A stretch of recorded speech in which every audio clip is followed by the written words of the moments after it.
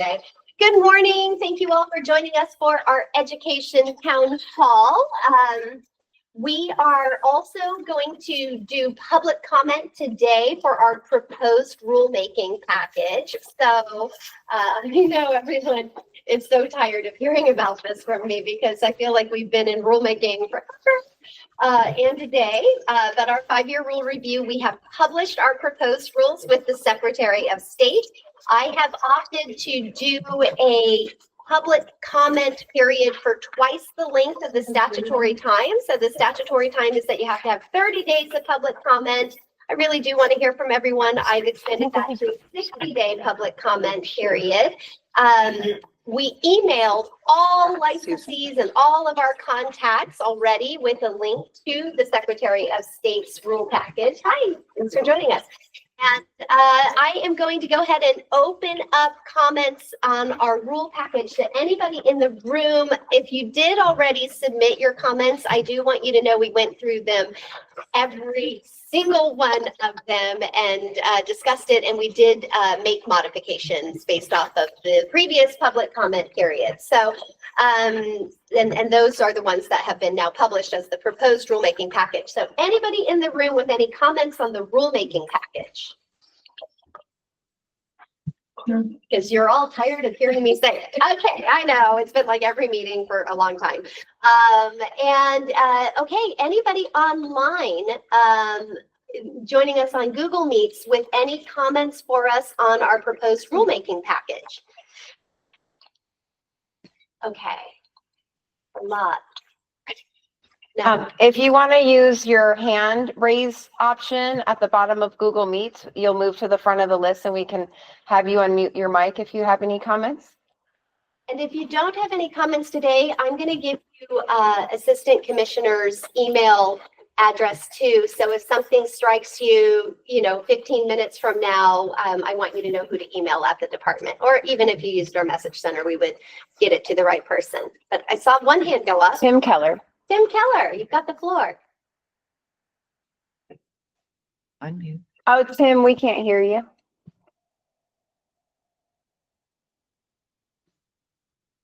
Did you mean to? There. I'm unmuted now, right? Yes. Can you hear me now? Yes.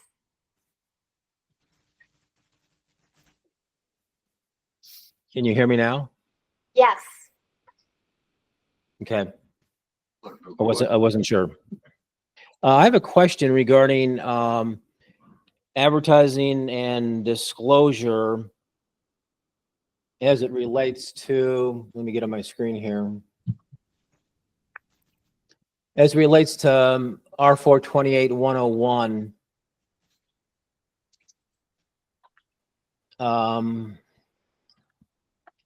let's see here. I just lost. What is you're changing a lot of you're changing brokers and salespeople to the word licensee. That is correct in many cases? It's correct through the entire rulemaking package for consistency. Right.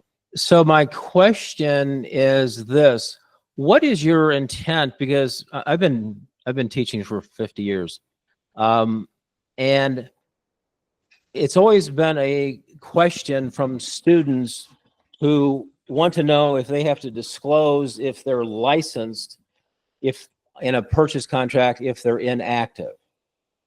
It was just a clarification point for people to understand that we're talking about licensees. Right. So the question is this: what's your interpretation, or how is the department interpreting the disclosure that you're licensed in a contract? Are you looking for a disclosure of current licensees that are active or inactive licensees? It's always actually that interpretation has not changed, and that's not part of the rule review. The only part of the rule review package that has changed is the word broker salesperson to licensee in your comment. But the way enforcement has always looked at it since Commissioner Nicholson has been here, since that's all I can speak to, is that if you are the holder of a license that is not terminated, or deceased, or anything else that would no longer require you to update the Department of Real Estate with your contact information. So the three statuses would be active, eligible, and inactive. Then you do have to follow R4 281101 and disclose prior to binding contract in writing that you hold a license in Arizona. Okay, so you're not going to define in the definitions, then you're not going to define the word licensee then, are you? It's Because I defined don't in see it in there. statutory law. It's defined under our 322101. 101. Well, the statute there does, I see the statute there refers to a licensee, and it has the definition of licensee, which is a number 30 under the definitions in the statutes. Licensee means a person to whom a license for the current license period has been under any provision of this chapter. So it uses the word current license. Right. And for the purposes of 322153 subsection da da da da da. So my point is, why not clarify what you're looking for rather than have people guess? Because in my opinion, which I respect, it's a crazy law. And a lot of people, What do you think is the instructors- crazy law? I'm unclear. What? it's a lot of, I mean, even a lot of attorneys that I've dealt with over all the years have basically said, that's ridiculous because I'm a lawyer. I don't have to disclose when I'm contracting with people. I think the law should be basically that you are required to disclose to the person if they're unrepresented by an agent. But if the other person's represented by an agent, really, what's the purpose of the disclosure? It's sort of a senseless law, in my opinion. We'll definitely take the Thank note. you for your comment. We've got that. She would like to. Does that make any sense, though, or? Yeah. Mm-hmm. We are So recording right now too, so that, our notes are complete and so just so everyone knows. So, okay, got it. Can I have one more question, or? Yeah, it's not really a question and answer. It's more a comment on the proposed rulemaking package. Okay, So, yeah, this would be a comment. great. I think it's a comment. The comment that I have is, are you changing the categories? For example, commissioner standards, are you changing that to a different name?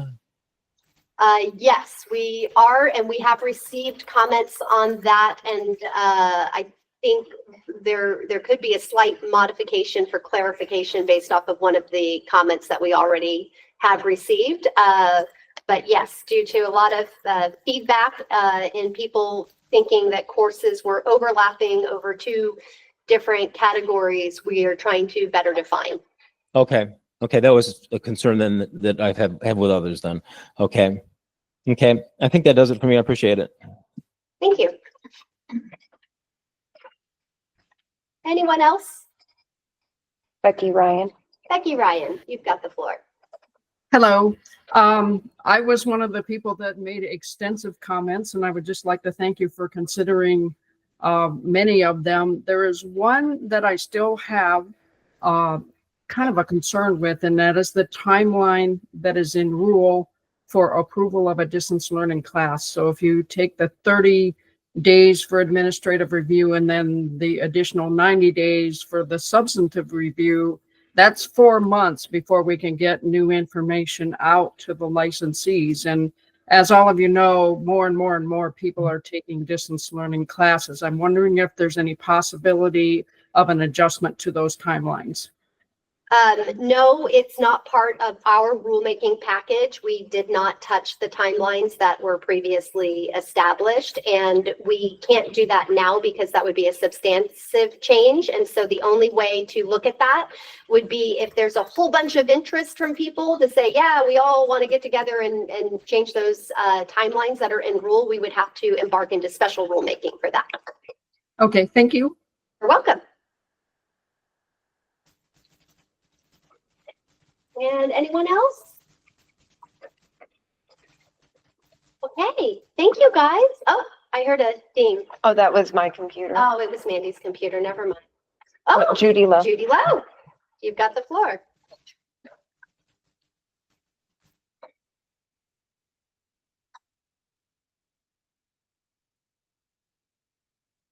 Judy? Judy?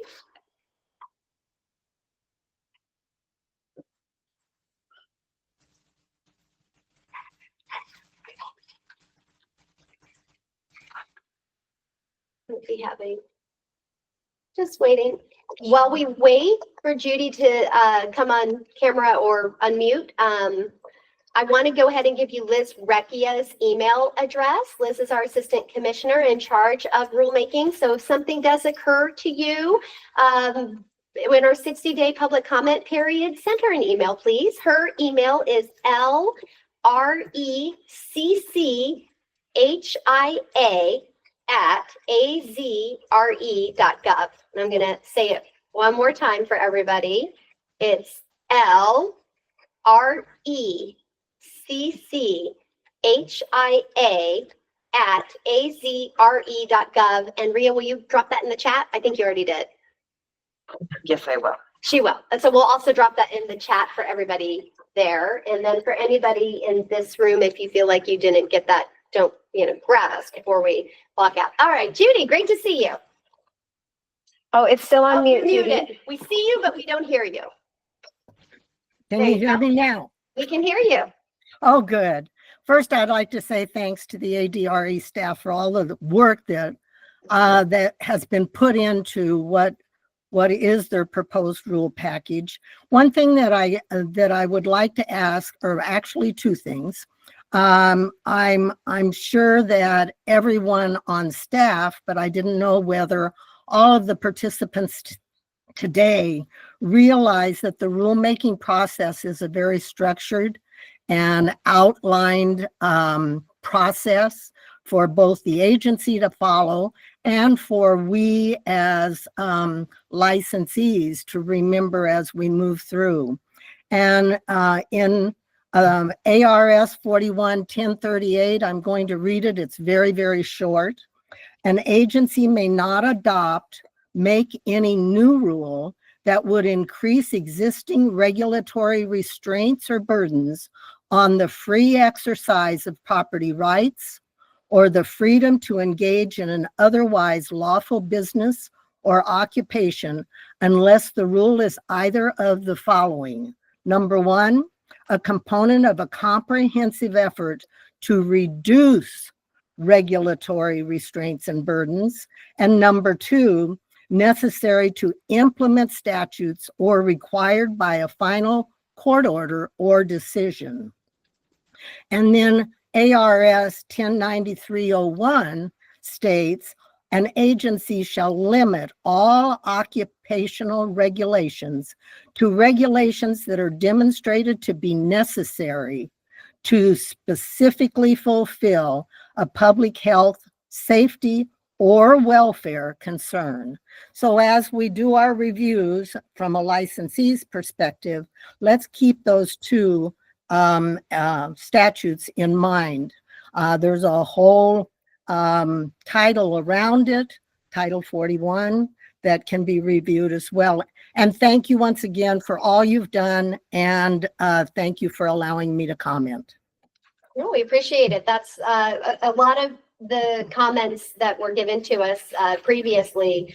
We had to go back and explain, like, we can't tie that to a statute. That's not further explaining a statute. We don't have the authority to, just create things in the rule package. So thank you, Judy. I appreciate that. That's more great instruction for this. Any comments specifically on the rulemaking package, Judy? I'll be delivering more comments from that I've received and that I've come up with. But thanks.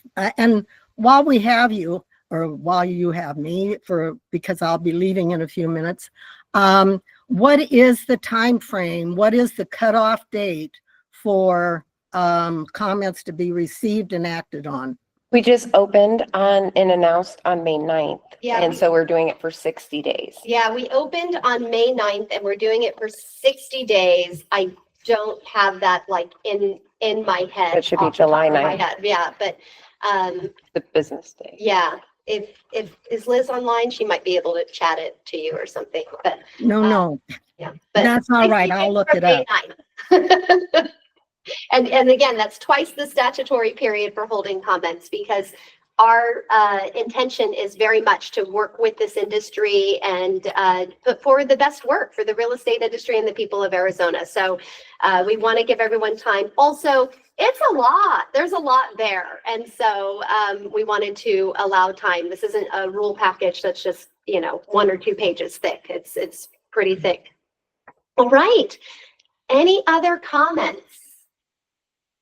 Thank you, everyone. Know that you can still email us at any time. I'm going to then kind of jump into why most people are here today, I think, and that's Education Town Hall. So we have been putting forth a really, really strong effort. Distance learning experienced it first in authenticating and certifying who is actually attending these courses. We've worked with all of our distance learning schools to ensure that if somebody else is being paid or somehow doing courses for a licensee, there's a good chance you're going to get caught now. And so those systems and processes have been put into place, and we're very, very grateful to all the distance learning schools out there who worked with us to help create a better system to make sure people are receiving the education that the statutes require for them to maintain a real estate license. We are also concerned with live in-person classes and Zoom classes. And so I wanted to give some guidance off of how some early audits and reviews are coming in those classes. It is not okay in a in-person class that's being hosted by whomever for the host of those classes to tell the class you can sign in at the first break. That is after 50 minutes of instruction has already been delivered, and that is not okay. You need to get your student attendance signed in so that we know that they attended all 50 minutes of each credit hour that was there. Another thing that we have seen, and it is something we're going to be working with schools on, is it's also not okay for these same wonderful, very accommodating hosts to say, I got all of you, I will sign you out. Because the reality is a lot of real estate licensees might have had a grenade go off in one of their transactions and had to run out of there, and they didn't go to a bathroom break, and you didn't notice that they didn't come back in, and you should not be issuing them a certificate because they just ran out. So what would be acceptable, because we also, Mandy and I have both been instructors, and we've instructed very large classes. So we know logistically this can be challenging. It is acceptable to us in the last 10 minutes of the last credit hour of any given class for you to pass around a sign out sheet. You guys have to do something to know that the people who are attending your class are the people that are signed in to your class. So for a small group, maybe it's your own brokerage and you have a school and you teach and you know all 25 people there personally, that's going to make perfect sense to us in an audit. For some of the types of courses that Mandy and I would teach, we needed to check IDs. We needed to see an identification. Now, you can do that throughout the course, and maybe that means that you have to ask somebody to assist you if you're sort of this one woman or one man show. You could have them put their identification out on the table and confirm that that's the sign-in sheet and matches the signature, matches the face. But the student authentication is serious because the school is on the hook for certifying the student attendance. And if you can't show us that you've done anything to prove that I didn't send my daughter to go sit through these courses and pay her, $30 to do it for me or something, if you can't prove that that's not happening, if you can't prove that a person's office admin hasn't been sent to go sign in, as their broker or something, that's unacceptable to us. So we do very much care about the authentication of everybody. In the world of Zoom, what we feel is a great practice is, or Google Meets or Teams or any of the platforms that you're using for that kind of live instruction, is, shoulders and above, your face on the screen, your name as licensed, printed to show with your picture.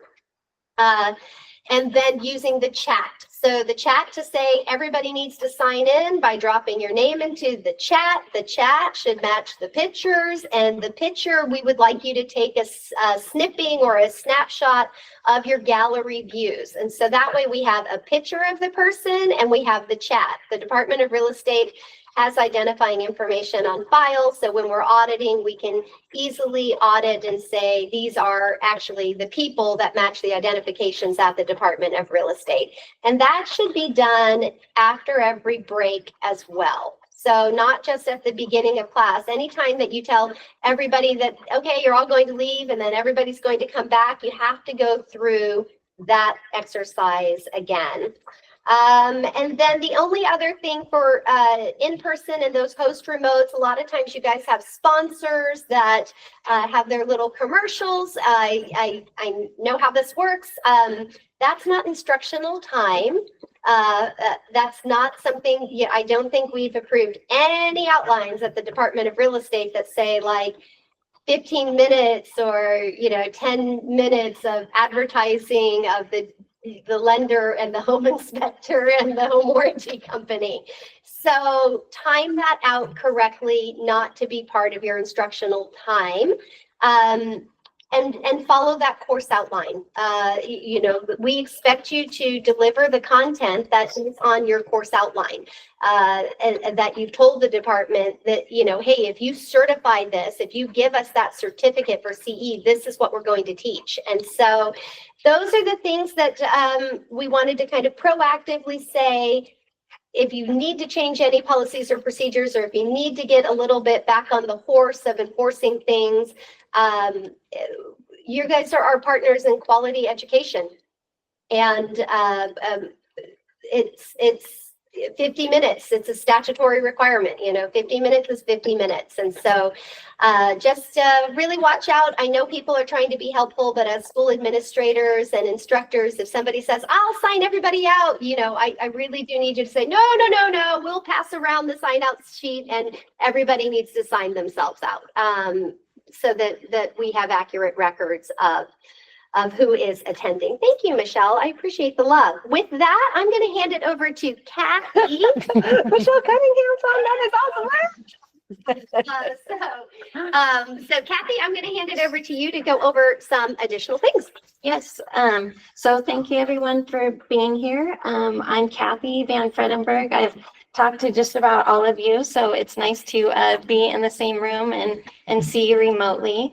I also want to introduce Monica. Monica and I work really closely together to ensure that we're supporting all of you in your education needs and providing high quality education to our industry. So thank you for that. A couple of reminders. I think most of you know that we have new forms on our website. Most of you have been using those new forms. We hope that you're finding them very user-friendly and help streamline the process for us. A reminder that we also have a sample course outline with those forms, and that helps give guidance on items that are required to be in a course in order to meet the requirements that we have. So some of the things that I just wanted to outline that are sometimes missed and definitely need to be in a course outline are the objective that indicates how the course protects the public. We also need, like Commissioner mentioned, 50 minutes of instruction per CE hour. So with the introduction not being part of those 50 minutes. Also the teaching methods that are used for each topic, and the resources that are used in creating the course, such as the statutes or the rules or case law that you're using. We also have new law books. And in the law books, it has a resource for you as well. Can you see? Yeah. Oh, we can't see Ollie. Oh, you got to scoot in, Ollie. Vanna White that. There we go. We have a new law book. She's very pretty. Yes. Should I highlight some things that I love about the new law book? Okay, some things I love about the new law book is any of the statutory changes that happened in the last session are highlighted in yellow for you because that is so helpful to know what has changed from one year to the next year. And then also another change is any part of statute that we could find. We probably missed some. So if we missed some, we're human. Please email us and let us know, hey, you missed putting this into the law book, and we'll get it in the next print of a law book. But if there's a lot of statutes that say pursuant to 44 dash da da da da da or 41 dash da da da da da or 10 dash da da da da da, and those aren't areas inside of our title and chapter, but to understand what our title and chapter is saying, you have to go then reference another title and chapter, and that would mean opening up your computer and pulling that down for you. And so what we did is anywhere where we had laws that were referencing other laws outside of real estate's title and chapter, we printed those for you in the very back of the book. So that should be a much easier reference desktop tool for you. We're super excited about it. And then the cover, It's durable. oh yeah, the cover is durable, but the cover, our last cover wasn't so durable.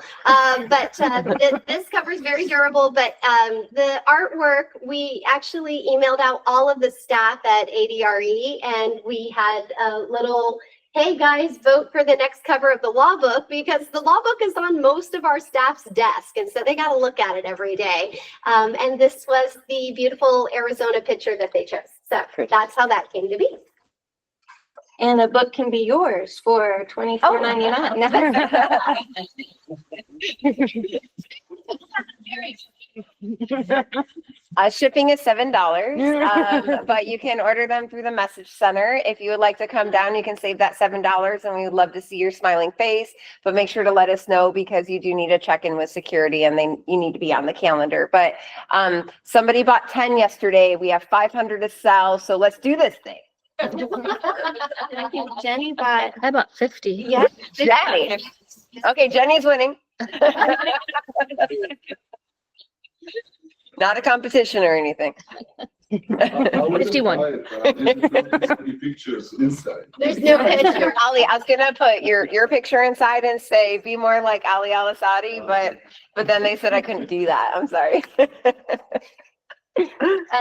So within the law books, it also will help in creating your courses, because it lists each of the course categories and items that need to be in the course in order to qualify for that category.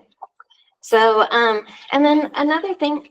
I love how it's larger. Yes, yeah. We did a couple other things. The print is larger because, I'm not a spring chicken. And so the print is larger, and also it's no longer in 2 columns. And we did that because people who utilize screen readers, it's very difficult for some screen readers to read 2 different columns. And so that was something that we could do to help with accessibility of our online law book. And yeah, we weren't gonna type. Which is also a reason you don't see so many pictures, right? Because of anything, not that pictures are ever in the law book, but you'll see even when our new website comes out, because ADA accessibility for screen readers and other things can't read buttons or screens always properly if they're not formatted a certain way. So you'll see more words.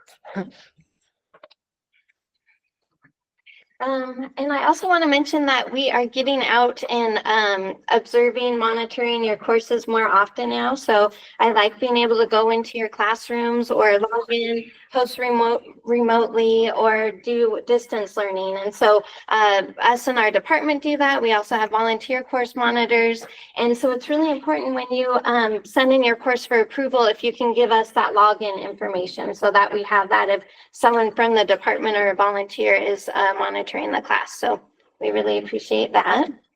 And something that Monica and I are running into is we get a lot of licensees calling us because they're not able to enter their CE credits because it's an old course number on there. So when we renew your, approve your course renewals, if you could make sure to put those on your new certificates. So that would be helpful for us and save us time and our licensees time. They should call the school. Oh, yeah, that's what we direct them to do. Sometimes if they send us in the certificate, we can do that for them, but I'm encouraging them to call the school because there's, maybe 30, 40, 50 people that will be in the same boat. And so that way you guys know so that you can get the message out there. Yeah, thank you for saying that. Dana said they should call the school. That was the comment. And I just want to point out like some of the funny things when realtor associations and MLSs go to do their subscription renewals. We get an uptick in calls and complaints about the fees at the Department of Real Estate. We're like, that's not us. Well, we do give them the proper phone number and website. We do that redirect. I want to give you guys a quick pre-licensing salesperson update. We have completed our item bank. It is over 900 questions and done our internal gap analysis. We have upcoming a psychometrics gap analysis on forms that will be run by a psychometrician who's being provided by Pearson VUE, the Arizona contracted state test provider. And so that progress is coming.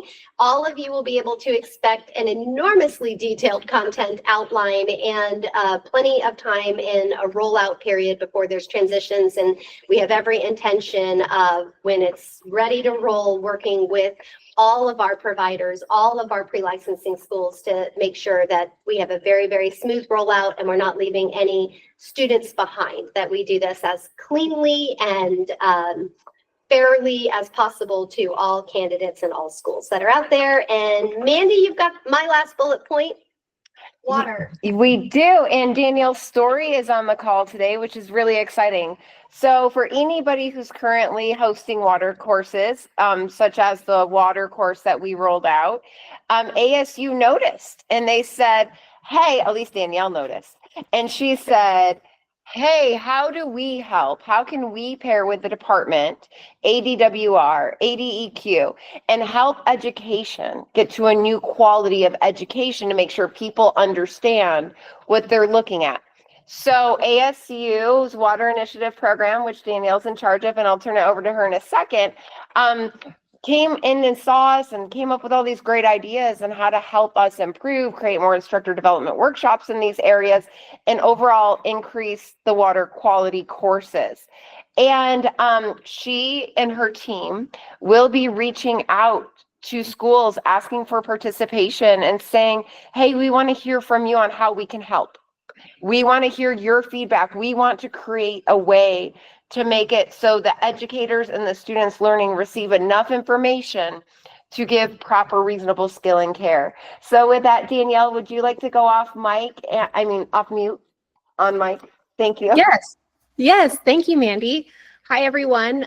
So I am a staff researcher at ASU, and I'm under a funded initiative, actually funded through the state of Arizona, to do applied research in water and public education around water. So because I am also a licensee, I thought that the very smart people at ASU, and we also have some partners at NAU and U of A, could help with the water education quality going out to the real estate community in Arizona and also thus to the consumers in Arizona. And so we are going to be working with ADRE over the course of the next year or so to engage with instructors of water courses and host some instructional design workshops all over the state, not just in the most populated areas, and basically engage people on how to use best practices in instructional design to teach around water in Arizona. And we'll also be collecting some information as to if the water education is localized enough. I mean, water, just like real estate, is all about location, location, location because of geology and hydrology. And so we're going to leverage our network at ASU in academia of water experts and try to intertwine some of the resources that we have to offer the community into supplemental education that can help the instructors. So the instructors of these courses are the main target for our engagement and helping to ultimately build the deliverable of this whole project is build a digital education portal that you can go on as instructors and pull up-to-date resources, also pull supplemental resources that may not be in the required curriculum for the course, but that your students could access later if they have more questions or want more localized information for their area. And I'm really excited about the project. I'm also going to drop in a link to our organization, and this project is being funded with a $200,000 grant through the Impact Water group within the Arizona Innovation Initiative, which is all about public outreach and public education around water and water futures for Arizona. Thank you, Danielle. Also, if you have a location where you would want to help us host Danielle's team to come in and do that initial intake, we are going to set up that initial research to be an instructional development workshop. So there will be a WIFM. Your instructors will be able to obtain that IDW that they need every 4 years. Please email me directly, M as in Mandy, N as in Nancy, EAT @azre.gov, and I'll help Danielle contact you. And she has a list of all the associations across the state to contact them to see if anybody would like to participate with instructors. But we also, if a school has room or an ability, we would love to also go that route as well. So please let us know if you're interested and able. Oh, and thanks, Rhea. Rhea's magical. She's our new office administrator, and oh my gosh, everything I say just appears in front of me. It's magical. Another quick update, we will be publishing, since we just mentioned Rhea, our magical, wonderful Rhea is going to help us, and we will start publishing a quarterly newsletter again in June. So you guys can look forward to that. We'll have an education section, development section, and we're really looking forward to getting that back up and running. And other than that, I think that's all I had. We'll go to public comment one more time. If anybody has anything more they'd like to say while this group is together, please pipe up. Anybody in the room? Oh, yeah, question. About anything? Anything, yeah. Did the timeshare law pass? No, So in case you couldn't hear online, it was, did the timeshare law pass? it did not. It got killed in committee. So yeah, it got killed in committee. We're trying to see what we can do for people that have those very niche scopes of expertise out there, and investigating other things. Otherwise, I imagine next legislative session, they'll probably try again. Okay, and I can ask later, who writes those, how can we? Arda is who did that, the American Resort I just wanted Development. a word, Carol. Yeah. American Resort Development Association, yeah. Online, I think I saw a hand come up. Karen. Hello there. There you are. I know that you might have already said this, but I didn't get it because I was taking notes maybe. You talked about the fact that the pre-licensing salesperson, all of the questions are completed. I didn't get when we will have an outline for the new curriculum. Thank you, Karen, for the question. Our goal is to have a new outline out in October, Okay. but it is dependent on how long Pearson VUE needs, so things could change. Everyone's been asking for like heavy set dates, but it's kind of a moving target. But the goal for us, because this has been 2 years officially for me, is to have that out by October. Okay. The goal for Mandy is to have this task off of her responsibility list. Right. Thank you. Yes. If we get, of course, we'll get valuable information from Danielle and we put that into our classes, will we need to resubmit? If you change your course substantively, maybe you want to create another course. The goal is, we have the course everyone has that we gave out at no additional cost, at no cost. And then the boxed course, which they could have purchased. And you can keep that course in the condition it is today. But the hope is that in future settings, if we create that schools will have the resources to create more localized courses or Okay. more courses to add to that curriculum. So that way, when someone takes a water general CE, it's not the same repeat every single 2 years. We want to give schools enough information that they feel as though they have enough education power to create a course outline. Okay, great, thank you. That's the goal. And she's creating a portal, and the portal costs, it will be free, right, Danielle, for anybody who wants to use the resources? That's right. Yes. Yeah, free. And updated in a timely fashion as new things are developing with the Colorado River and water in the state. Great. We had the state climatologist come in and do a lunch and learn with the Department of Real Estate, and all of us learned so much. It was fascinating. It was very generous of her to come and talk to all of us. Yeah. Anyone else? All right. Well, 10:42, not bad on time. Thank you, everyone. I know you're busy. I'm so very grateful that you participate. You come out to the department. You join us via Google Meets. You help us be better, and we are here to help you. We're partners in creating an amazing industry. Please don't hesitate to reach out to myself or anyone on my team if we can be of assistance. And we look forward to seeing you at the next one. Yay!